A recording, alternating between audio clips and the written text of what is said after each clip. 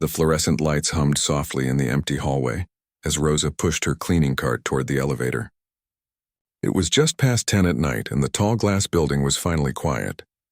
During the day, this place buzzed with hundreds of people rushing around, talking on phones, typing on computers. But now in these dark hours, it belonged to people like her, the cleaners, the night crew, the invisible workers who made sure everything looked perfect when the sun came up again. Rosa had been doing this job for 8 months now. Every night, Monday through Friday, she arrived at 10 and worked until 6 in the morning. Her body still hadn't fully adjusted to sleeping during the day. Sometimes she would lie in bed at noon, staring at the ceiling, listening to the sounds of the neighborhood outside her window. Kids playing, cars passing, life happening while she tried to convince herself it was nighttime.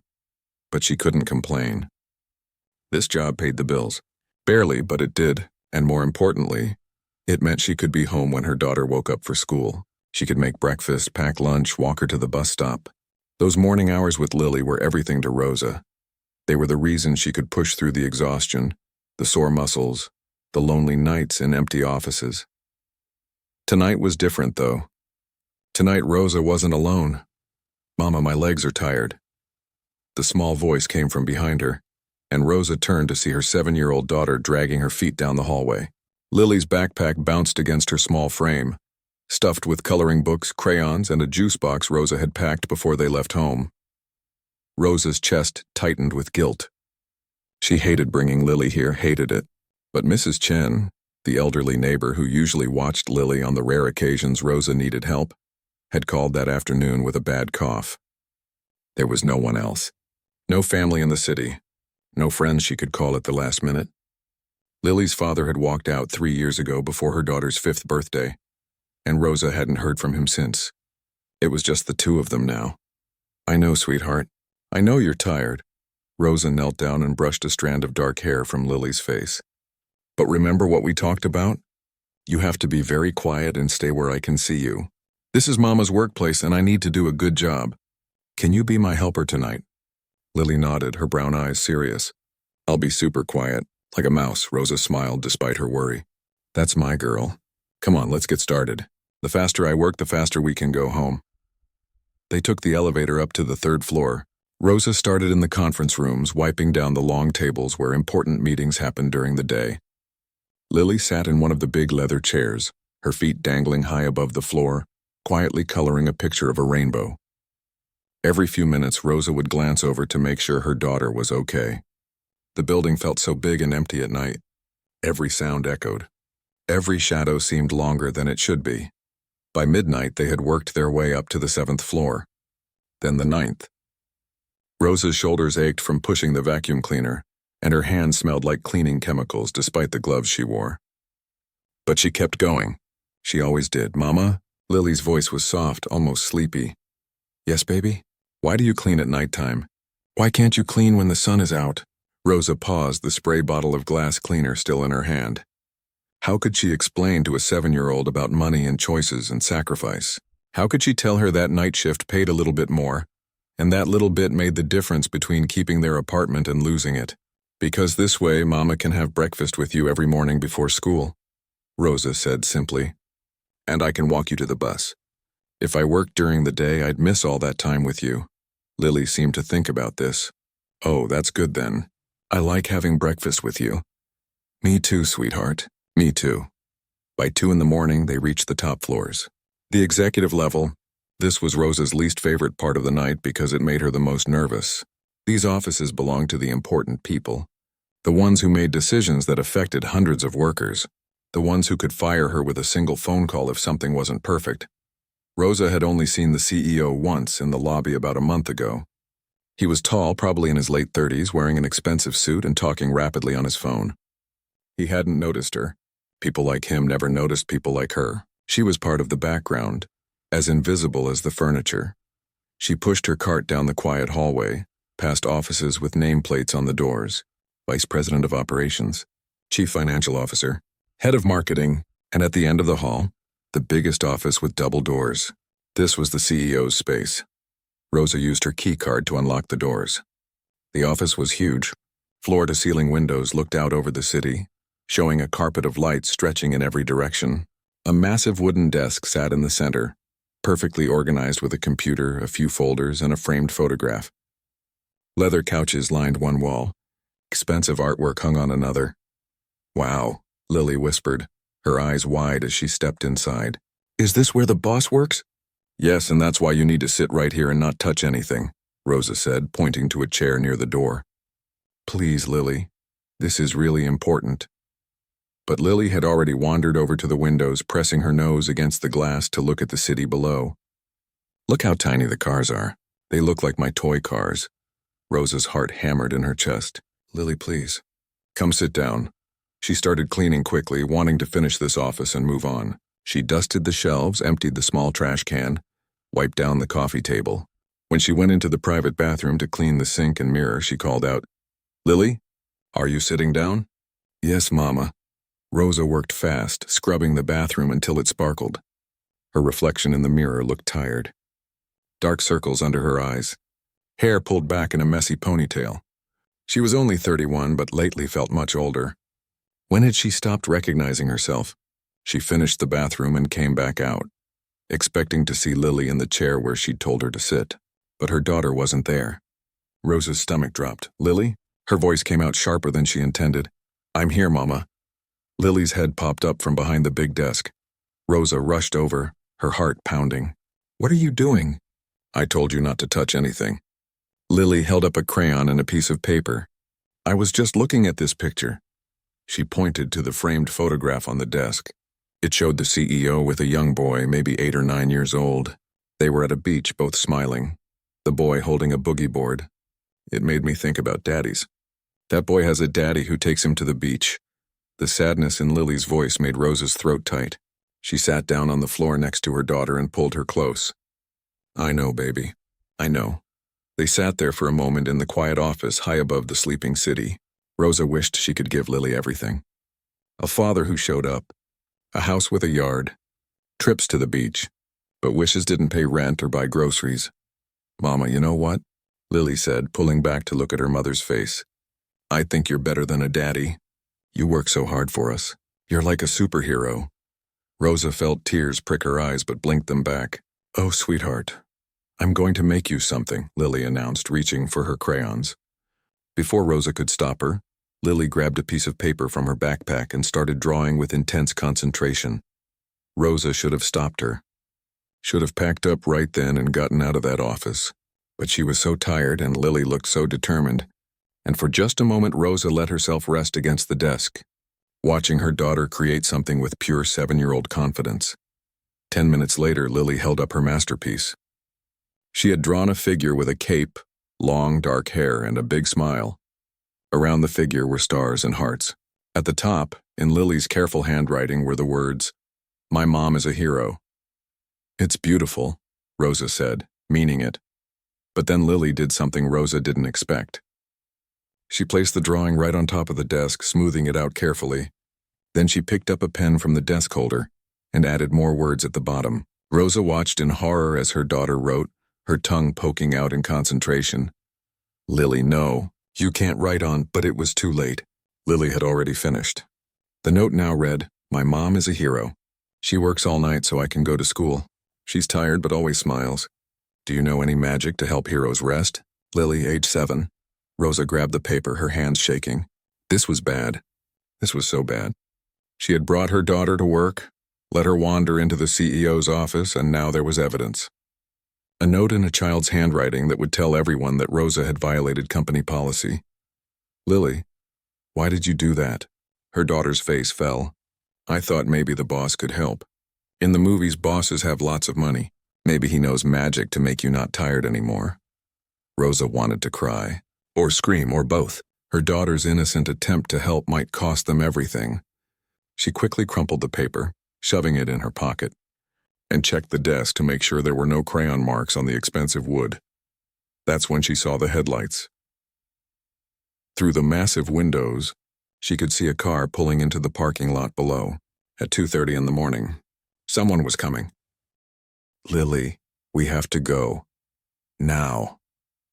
Rosa grabbed her daughter's hand and her cleaning cart, moving faster than she had all night. She practically ran to the elevator, her heart hammering so hard she thought it might burst through her chest. In the elevator, she looked down at Lily's confused face. "I'm sorry, baby. I'm not mad at you. But we can't leave notes in people's offices. It could get Mama in trouble." "I'm sorry, Mama," Lily said in a small voice. Rosa hugged her daughter close as the elevator descended. She thought about the note in her pocket. She should throw it away, forget this ever happened, pray that whoever came to the building at this hour wouldn't notice anything wrong with the office, but she couldn't throw it away. Despite everything, despite the fear, part of her wanted to keep that drawing. My mom is a hero. When was the last time anyone had made her feel like she mattered? They finished the rest of the building in silence. By 6 in the morning, as the sun started to paint the sky pink and gold, Rosa clocked out and walked with Lily to the bus stop. Her daughter fell asleep against her shoulder on the ride home. In their small apartment, Rosa tucked Lily into bed and pulled out the crumpled drawing.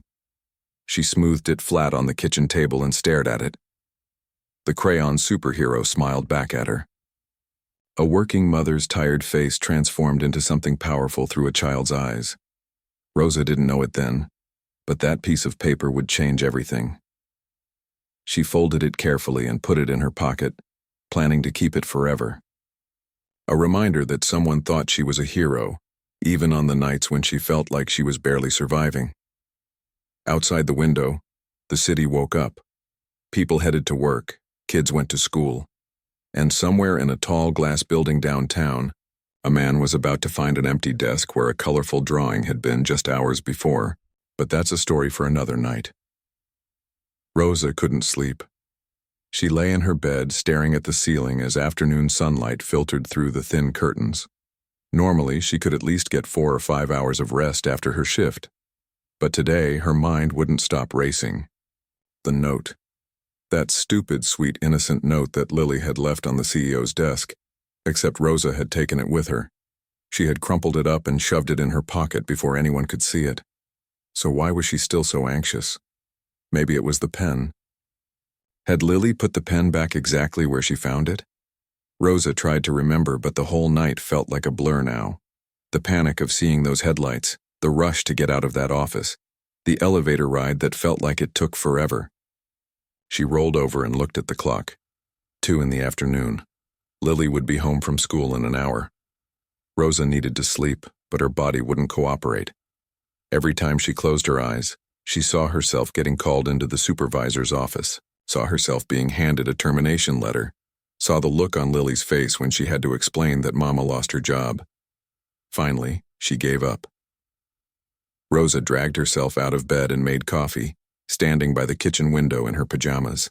Their apartment was small, just 2 bedrooms on the 3rd floor of an old building. The paint was peeling in some corners and the heater made weird noises in the winter. But it was home. And the rent was almost manageable, as long as Rosa kept her job. She pulled Lily's drawing from her jacket pocket where she'd left it. The crayon superhero smiled up at her, cape flowing, surrounded by stars and hearts. My mom is a hero.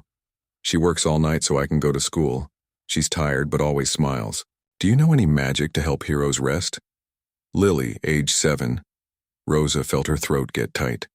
Her daughter thought she was a hero, some hero, could barely pay the electric bill, drove a car that was 1 breakdown away from the junkyard, had exactly $43 in her checking account until next payday, which was still 5 days away. But to Lily, none of that mattered. To Lily, she was magic. Rosa carefully taped the drawing to the refrigerator, right next to Lily's spelling test from last week with the gold star sticker on top. Then she finally managed to drink her coffee and lie back down, falling into a restless sleep filled with dreams about empty offices and angry bosses. Meanwhile, across the city, in that tall glass building, a very different morning was unfolding.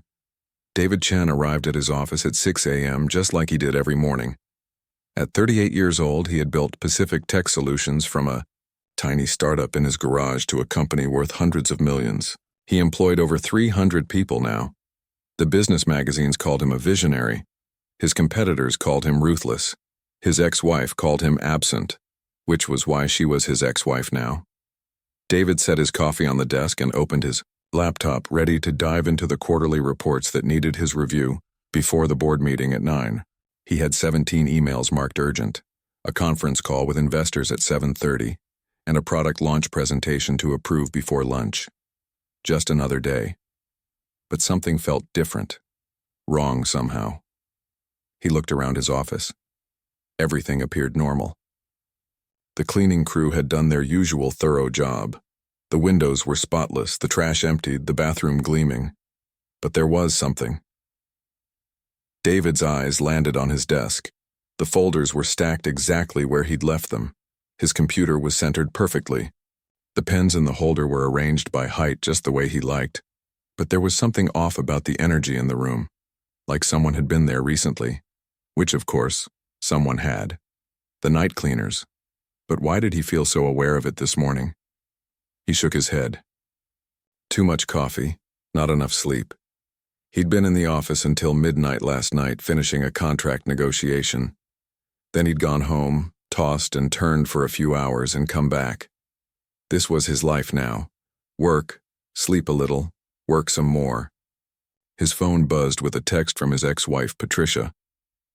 Tyler has a soccer game Saturday at 10. Will you be there? David looked at his calendar. Saturday was packed. A meeting with potential investors from Singapore who were only in town for the weekend. He started typing a response, then stopped. He'd missed the last 3 games. Tyler had stopped asking if Dad was coming. That hurt more than David wanted to admit. He deleted his response and set the phone down. He'd figure it out later. The morning rushed by in its usual chaotic pace. Conference calls blended into strategy meetings. Emails multiplied faster than he could answer them. By noon, David's head was pounding and he'd barely had time to finish his coffee, which was now cold. His assistant knocked on the door. Mr. Chen, you wanted me to pull the facilities management reports? Right, yes, come in. Jennifer placed a folder on his desk. These are the cleaning schedules and crew assignments for all floors. Is there a problem? David wasn't sure how to answer that. Was there a problem? Nothing was actually wrong. The building was spotless. And yet that morning, standing in his perfectly clean office, he'd felt something. A presence. Evidence of a life he never thought about. No problem, he said. I just wanted to review our night operations, make sure we're staffed appropriately. Jennifer looked puzzled but nodded. Of course, let me know if you need anything else. After she left, David opened the folder without really knowing why. Inside were schedules, time cards, employee profiles. He found the section for the executive floor, nights 10 p.m. to 6 a.m. Supervisor, Robert Martinez. Cleaning staff assigned to 15th floor, Rosa Delgado, Rosa Delgado. David stared at the name. He'd never heard it before. According to her file, she'd been with the company for 8 months. Perfect attendance. No complaints, no disciplinary issues. Under emergency contact, she'd listed a neighbor, Mrs. Chen, no spouse listed. Under dependents, 1 child. David didn't know why, but he felt like he'd just learned something important. Rosa Delgado cleaned his office every single night while he slept.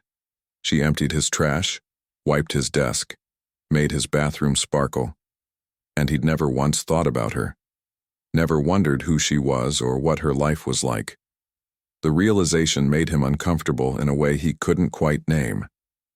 That evening, David did something he'd never done before. Instead of leaving at 6 or 7 or midnight like usual, he told Jennifer to cancel his dinner meeting. Then he ordered food to be delivered to his office, and he waited. At 9:45, he heard the elevator ding at the end of the hall, voices speaking in Spanish, laughing about something. The night crew was arriving. David stayed at his desk, pretending to work on his laptop, but really, he was listening, waiting. At 10:30, he heard the soft sound of wheels in the hallway. A cleaning cart getting closer. His door was open. He always left it open for the cleaning crew. David kept his eyes on his computer screen, trying to look busy, but his heart was beating faster than it should have been. The cart stopped outside his door. There was a pause, then a sharp intake of breath. David looked up. A woman stood in his doorway, frozen.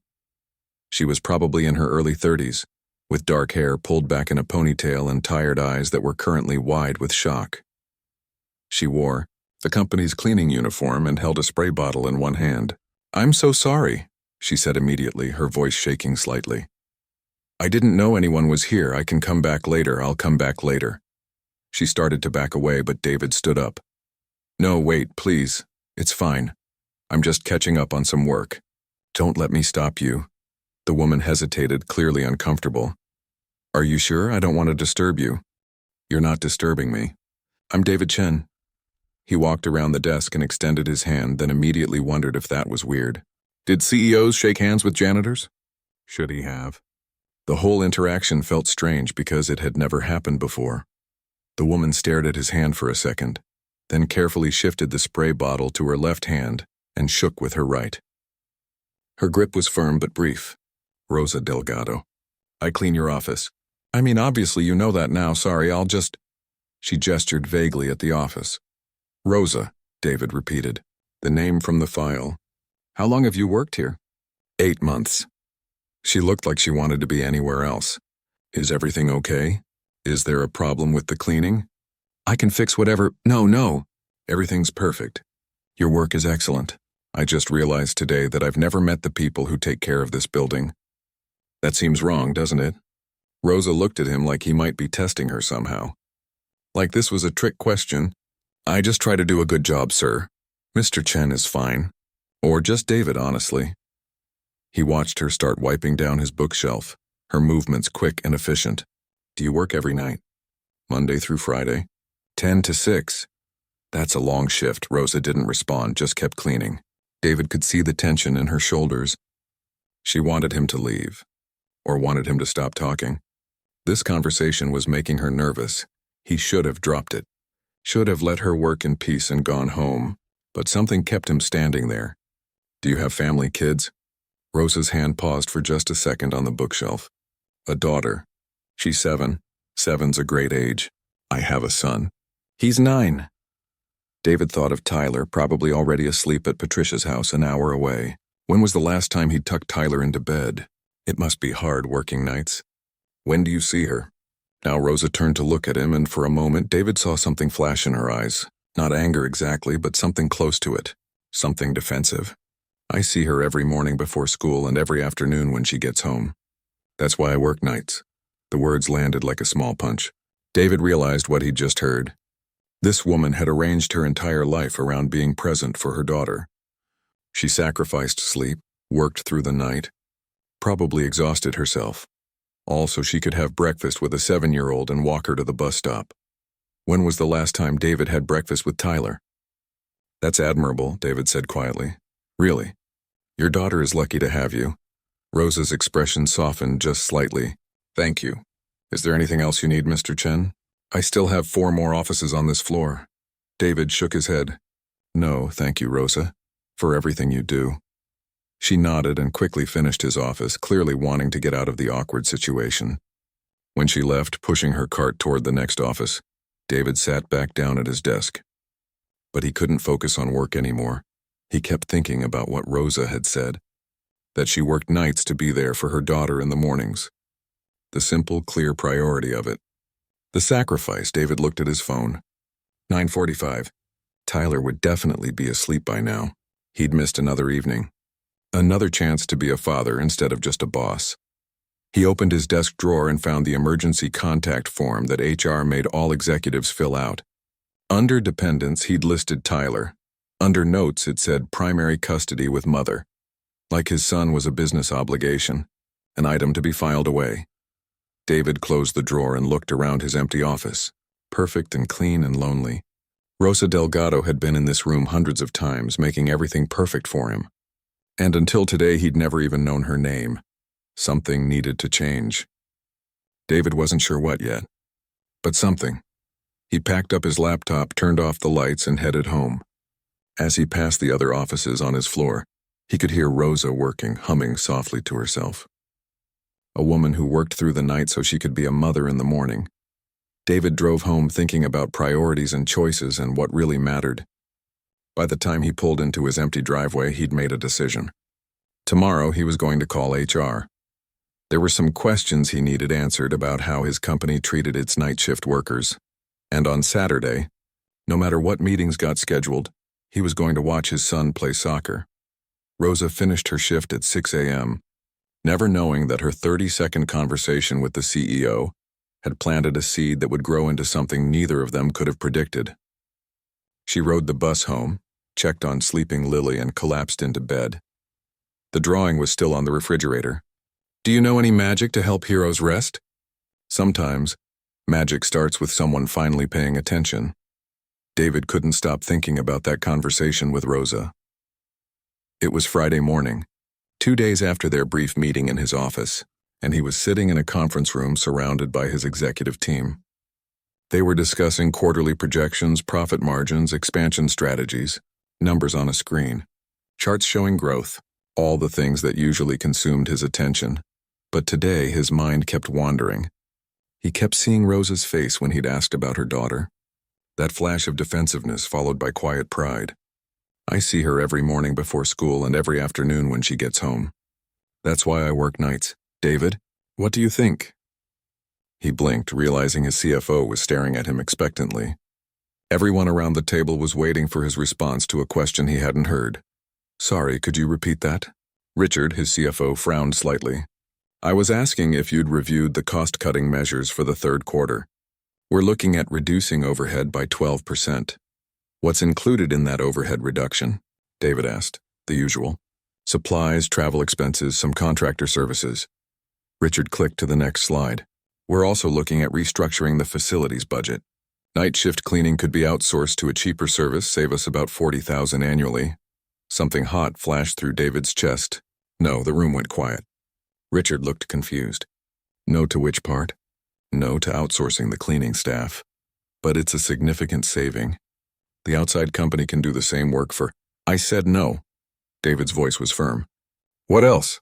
Richard exchanged glances with the other executives but moved on. The meeting continued, but David was barely present. His mind was spinning. $40,000. That's what the company could save by firing people like Rosa and hiring a cheaper outside crew. $40,000 was nothing to Pacific Tech Solutions. It was a rounding error on their quarterly report. But to Rosa, that job was everything. It was how she kept a roof over her daughter's head, how she put food on the table.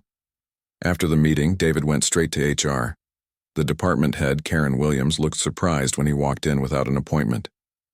David, hi. Is everything okay? I need to see the complete compensation structure for our facilities staff. All of it. Wages, benefits, everything. Karen's eyebrows rose, but she pulled up the files on her computer. As she walked him through the numbers, David felt a growing sense of discomfort. The night shift cleaners made barely above minimum wage. No health insurance. No paid time off. No sick days. If they didn't work, they didn't get paid. What about child care? David asked. Do we offer any support for employees with kids? Not for hourly contractors, no. That's typically reserved for salaried positions. Contractors? The cleaning staff are contractors? Yes, we contract through a facilities management company. It's more cost-effective than hiring them directly. David sat back in his chair. More cost-effective. That phrase again. He'd built his entire company on being efficient and cost-effective. But suddenly those words felt hollow. Karen, I want you to pull together some numbers for me. What would it cost to bring the facility staff on as direct employees? Full benefits, health insurance, retirement matching. And I want to know what we'd need to invest in a child care program for shift workers. Something on-site, professional, safe. Karen stared at him like he'd grown a second head. David, that would be expensive. Very expensive. And the board would want to know why we're suddenly... Just get me the numbers. By Monday. He left before she could protest further. That night, David did something else he'd never done. He stayed late again, waiting. Around 11, he heard Rosa's cart in the hallway. He stepped out of his office just as she was approaching. She saw him and stopped, that same nervous look crossing her face. Mr. Chen, you're here late again. I wanted to talk to you, actually. Do you have a minute? Rosa glanced at her cart, clearly worried about falling behind on her schedule. I guess. Is something wrong? Walk with me? David gestured down the hallway. Rosa hesitated, then followed him to the break room. It was empty at this hour, just the hum of the vending machines and the dim emergency lighting. David turned to face her. I need to ask you something, and I want you to be honest. What would make your job better? If you could change anything about working here, what would it be? Rosa looked at him suspiciously. Is this some kind of employee survey? No, I'm asking you personally. Just you and me off the record. What would help? She was quiet for a long moment, studying his face like she was trying to figure out if this was real or some kind of trap. Finally, she spoke. Honestly, I'd want to work during the day. I hate being away from Lily at night. I hate sleeping while she's at school and missing out on her life. But day shift pays less and I can't afford to take the cut. What else? Rosa let out a tired laugh. What else? Mr. Chen, I could fill a book. I'd want health insurance so I don't panic every time Lily gets sick. I'd want to know that if I have an emergency, I won't lose my job. I'd want to save something for her college fund instead of living paycheck to paycheck. She stopped abruptly like she'd said too much. But that's not realistic. I know that. I'm grateful to have this job at all. Why isn't it realistic? Because people like me don't get those things. We're the ones who make everything work behind the scenes. But nobody actually sees us. We're replaceable. The words hit David hard. Replaceable. Is that how Rosa saw herself? Is that how his company made her feel? You're not replaceable, David said quietly. And your daughter was right. Rosa's head snapped up. What, my daughter? How do you? David realized his mistake too late. He'd revealed something he shouldn't know. But it was too late to take it back now. The other night I came back to the office around 2 a.m. I'd forgotten some files. I saw a drawing on my desk just for a second before someone took it. A picture of a superhero with a cape. It said something about a mom who works all night. Rosa's face went pale. Mr. Chen, I'm so sorry. That was completely inappropriate. My babysitter was sick and I had no choice but to bring Lily with me. It will never happen again. Please don't fire me. Please, I need this job. Her voice cracked on the last words and David saw tears forming in her eyes. She thought she was about to lose everything. Rosa, stop. I'm not firing you. That's not why I'm telling you this. He pulled out his phone and showed her a photo he'd taken. It was the drawing, or at least his memory of it, that he'd sketched out on paper during a meeting. Your daughter asked if I knew any magic to help heroes rest. That question has been stuck in my head for 2 days. Rosa wiped her eyes quickly, embarrassed. She's just a kid. She doesn't understand how the world works. Maybe she understands better than we do. David put his phone away. I've spent the last 2 days thinking about priorities, about what matters, and I realized something. I built this company from nothing. I work 80-hour weeks. I've made millions of dollars. But my son doesn't even call me dad anymore. He calls me the busy man. Rosa looked at him, really looked at him, and for a moment the distance between CEO and cleaning lady disappeared. They were just two parents, both trying their best and both falling short in different ways. What are you saying, Mr. Chen? I'm saying that your daughter's question deserves an answer. Maybe I do know some magic. David took a breath. I'm going to make some changes around here. Big changes. And I'm going to need your help. My help? I don't understand. You know what it's like to be an employee that nobody sees, nobody values. You know what workers need because you're living it. I want to create programs that actually help people like you. Not charity, not handouts. Real support that treats employees like human beings instead of line items on a budget. Rosa was shaking her head. Mr. Chen, that's very kind, but companies don't work that way. There's no profit in taking care of people like me. Then maybe it's time to prove that wrong. David was surprised by the conviction in his own voice. When had he decided this? When had this become the most important thing in his world? I'm going to talk to the board on Monday. I'm going to propose bringing all facilities staff on as full employees with benefits. I want to create an on-site childcare program for shift workers. And I want to restructure wages so that people aren't forced to choose between being present for their families and paying their bills. Rosa stared at him like he'd lost his mind. They'll never approve that. It's too expensive. Maybe, but I'm going to try. He looked at her seriously. And when I do, I want you there. I want them to hear from someone who lives this reality every day. Me? In a board meeting? Rosa looked terrified. Mr. Chen, I clean toilets. I don't belong in a room with board members. You belong there more than anyone. You're the expert on what employees need. Not me. Not Richard in finance, you. David could see her wavering. I know I'm asking a lot. And I know you have no reason to trust me, but your daughter believed in magic. Sometimes we have to be brave enough to believe, too. Rosa was quiet for a long time. David could see her mind working, weighing the risks. If she said yes and it all fell apart, would she become a target? Would she lose her job anyway? Finally, she spoke. If I do this, if I stand up in front of your board and they say no, will you fire me? Absolutely not. I give you my word, and if they say yes, if these changes actually happen, what about the other workers who need help too? This can't just be about me. David felt something shift in his chest. Even now, worried about her own job, Rosa was thinking about others. It won't be just about you. If we do this right, it'll help everyone. Rosa took a shaky breath. Okay, I'll do it. But I need to finish my shift tonight. I can't afford to lose hours. Of course, go. We'll talk more on Monday. Rosa nodded and hurried back to her cart. David watched her disappear down the hallway, still not quite believing what he'd just committed to. He was about to walk into a board meeting and propose spending potentially hundreds of thousands of dollars on programs that would directly impact profit margins. His board would think he'd lost his mind. Richard would probably have a heart attack. But David thought about Tyler, about missing another soccer game, about being the busy man instead of dad. And he thought about Rosa, working through the night so she could have breakfast with Lily. What was the point of building an empire if it was built on the backs of people who couldn't afford to see their own children? David pulled out his phone and texted his ex-wife. I'll be at Tyler's game on Saturday. Can I take him for ice cream after? The response came back quickly. 3 words that made his throat tight. He'd love that. It was late, almost midnight, but David called his assistant's voicemail. Jennifer, I need you to schedule an emergency board meeting for Monday afternoon. Full board attendance required. Topic, Employee Welfare Initiative. And find me the best childcare consultants in the city. I want proposals by Monday morning. He hung up and looked around the empty break room. Somewhere in this building, Rosa was scrubbing floors and wiping windows, doing invisible work that kept everything running while the important people slept. Not invisible anymore. David went back to his office and started making notes.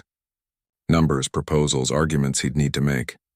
He worked until 3 in the morning, fueled by coffee and a strange sense of purpose he hadn't felt in years. When he finally headed home, he passed Rosa in the lobby. She was finishing up, looking exhausted. They exchanged a small nod, no words. But in that moment, they had an understanding. Monday was going to change everything one way or another. As David drove home through empty streets, he thought about Lily's question one more time. Do you know any magic to help heroes rest? Maybe he did. Maybe magic was just choosing to see people who'd been invisible all along, and then choosing to do something about it. The real test would be whether he had the courage to follow through. Monday morning came too fast. Rosa had barely slept over the weekend, her mind spinning with everything that could go wrong. She'd agreed to speak at a board meeting. A board meeting. What had she been thinking? On Saturday morning, she'd sat Lily down at their small kitchen table and tried to explain what was happening. Mama might have a chance to help make things better at work. For me and for other people who do what I do. Lily had looked up from her cereal, eyes bright, like the note I left. Did it work? Did the boss find magic? Rosa hadn't known how to answer that. Was this magic? Or was it just a man feeling guilty for a few days before everything went back to normal? Maybe, baby. We'll see. Now it was Monday afternoon and Rosa stood outside the Pacific Tech Solutions building in her nicest clothes. She'd bought the blazer at a thrift store 3 years ago for a parent-teacher conference. The pants were from Target on clearance. She'd borrowed shoes from Mrs. Chen because her only pair of dress shoes had a broken heel. She felt like a fraud, like a kid playing dress-up in grown-up clothes. Her phone buzzed. A text from David Chen. I'm in the lobby. Ready when you are.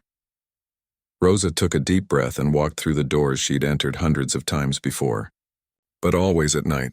Always through the service entrance. Never through the main lobby in the middle of the day. The lobby was bustling with people in expensive suits carrying tablets and phones. Everyone looked important and busy. No one looked at her. Why would they? She was invisible here, even in borrowed shoes and a thrift store blazer. David was waiting by the elevators, and when he saw her, he smiled. Rosa, thank you for coming. I'm terrified, she admitted. Me too, he said, and somehow that made her feel a tiny bit better. They rode the elevator to the 14th floor. Executive conference room. Rosa had cleaned that room 100 times. She knew every corner, every window, every chair, but she'd never sat in one of those chairs. She'd never been on this side of things. David led her down the hallway and Rosa could feel her heart hammering. What was she doing? She should be at home, resting before her shift tonight. She should be picking Lily up from school in an hour. Instead, she was about to walk into a room full of millionaires and tell them they should spend money on people like her. They stopped outside a heavy wooden door. David turned to her. I want you to know something before we go in there. No matter what happens in that room, I meant what I said. Your job is safe. And even if they reject everything I'm proposing today, I'm not giving up. This is just the beginning. Rosa nodded, not trusting herself to speak. David opened the door. The conference room was exactly as Rosa remembered it, except now it was full of people. 10 or 12 men and women sat around the massive table, all turned to look as she and David entered. Rosa recognized some faces from company photos. The CFO, the head of operations, board members whose names she'd seen on plaques in the lobby. They all stared at her. Not hostile exactly, just surprised, confused. What was a cleaning lady doing in their board meeting? Everyone, this is Rosa Delgado, David said, guiding her to a seat. She's one of our facilities staff and she's here today as an expert consultant on employee welfare. Expert consultant. Rosa almost laughed. She cleaned toilets. But David said it with such confidence that no one questioned it. Richard, the CFO, cleared his throat. David, we got your memo about this emergency meeting, but I have to say we're all a bit confused about the agenda. Employee welfare initiatives? That's right. David pulled up a presentation on the screen at the front of the room. I've spent the last several days reviewing our employment practices, specifically regarding our facilities and support staff. What I found was troubling. He clicked to the first slide. Numbers, wages, benefits, or rather, the lack of benefits. Our night shift cleaning staff are currently contractors making minimum wage with no health insurance, no paid time off, and no job security. If they get sick, they don't get paid. If they have a family emergency, they risk losing their position. Meanwhile, we're sitting on a quarterly profit of $38 million. The room was silent. Rosa could feel everyone's eyes flickering between David and her. One of the board members, an older woman with gray hair, spoke up. David, we're all sympathetic to workers' situations, but there's a reason we structure employment this way. It's cost-effective and allows flexibility. Cost-effective for us, David said. But what's the cost to them? Rosa, would you mind sharing your situation? Rosa felt her mouth go dry. Everyone was looking at her, waiting. She thought about standing up and running out of the room. But then she thought about Lily, about working through the night while her daughter slept, about the $43 in her checking account and the electricity bill due next week. She cleared her throat. I work from 10 p.m. to 6 a.m. 5 days a week. I'm a single mom with a 7-year-old daughter. I took the night shift because it pays 50 cents more per hour than day shift, and because it means I can see my daughter in the mornings before school. Her voice was shaking, but she kept going. Last month, my daughter got the flu. She was really sick, fever of 103. I had to miss 2 nights of work to take care of her. That was $280 I didn't earn. We lived on rice and beans for 3 weeks to make up for it. The room was quiet. Rosa could see some uncomfortable faces. Good. They should be uncomfortable. I'm one of the lucky ones. Rosa continued, gaining confidence. I'm healthy. My daughter is mostly healthy. I have a car that runs most of the time. But I work with people who are one emergency away from homelessness. People who come to work sick because they can't afford not to. People who've worked here for years and have nothing to show for it because there's no path forward. We're invisible to everyone in this building except when something doesn't get cleaned properly. Richard shifted in his seat. Ms. Delgado, I appreciate your perspective, but you have to understand, we have shareholders to answer to. We can't just... $40,000, David interrupted. That's what we'd save annually by outsourcing to an even cheaper cleaning service. It came up in our quarterly review last week. $40,000 is 0.1% of our quarterly profit. It's what I spent on my car. But to Rosa and the 15 other people on the night crew, it's everything. He clicked to the next slide. Here's what I'm proposing. We bring all facilities staff on as direct employees with full benefits. Health insurance, dental, vision, 2 weeks paid vacation, sick days. We create a clear advancement path so these aren't dead-end jobs. And we establish an on-site childcare program for employees working non-traditional hours. The CFO was already shaking his head. David, that's going to cost us close to $500,000 in the first year alone. $470,000, David agreed. I had Karen run the numbers. That's 1.2% of our quarterly profit. We'll make that back in reduced turnover costs alone. Did you know our facilities staff turnover rate is 60% annually? Do you know how much it costs to constantly recruit and train new people? Another board member, a younger man in an expensive suit, leaned forward. But David, even if the numbers work out, this sets a precedent. If we do this for cleaning staff, what about food service? Security, where does it end? Maybe it doesn't end, David said simply. Maybe we become the kind of company that actually takes care of its people. All of its people. Not just the ones with engineering degrees and stock options. The room erupted in overlapping conversations. Some board members were nodding thoughtfully. Others looked skeptical. Richard was furiously typing on his calculator, shaking his head at whatever numbers he was seeing. Rosa sat quietly watching it all unfold. This was about her life, her daughter's future, but to them it was just numbers on a spreadsheet, a debate, an interesting thought exercise. The older woman with gray hair raised her hand, silencing the room. David, I appreciate what you're trying to do here. I really do, but I have concerns about the precedent, about the financial impact, about how the shareholders will react. This is a publicly traded company. We have obligations, David nodded. I understand. But I'd like to propose something. Let's run a pilot program. 6 months. We implement these changes for the facilities staff only. We track every metric: turnover, productivity, employee satisfaction, sick days.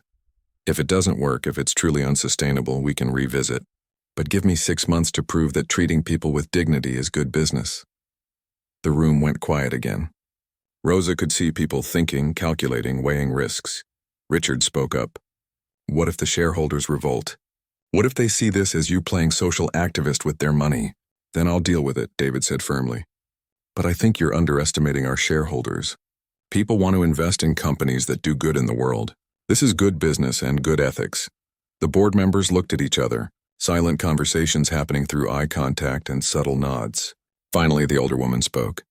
I want a full financial breakdown by Wednesday. Every cost, every projected outcome, every risk factor. And I want input from legal about the contracting issues. But David, if the numbers hold up? She paused, looking at Rosa. I'm inclined to give you your 6 months. Rosa felt something release in her chest. It wasn't a yes, not yet. But it wasn't a no either. Other board members started nodding. I'd support a pilot program. Let's see the detailed analysis. 6 months is reasonable.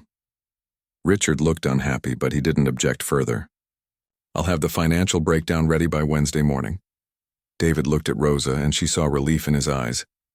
Thank you, everyone. Rosa, did you want to add anything? Rosa thought about staying quiet. She'd already said more than she'd ever imagined saying in a room like this, but then she thought about the other women on her crew. Maria, who had 3 kids and worked 2 jobs. James, who was putting himself through community college. Keisha, who sent money back to her family in another state every month. Just one thing, Rosa said, her voice stronger now. Thank you for listening. Most people don't. Most people don't even see us. We come in after everyone leaves and we're gone before anyone arrives. We're like ghosts, but we're real people with real lives and real families. Whatever you decide, just remember that we're human beings.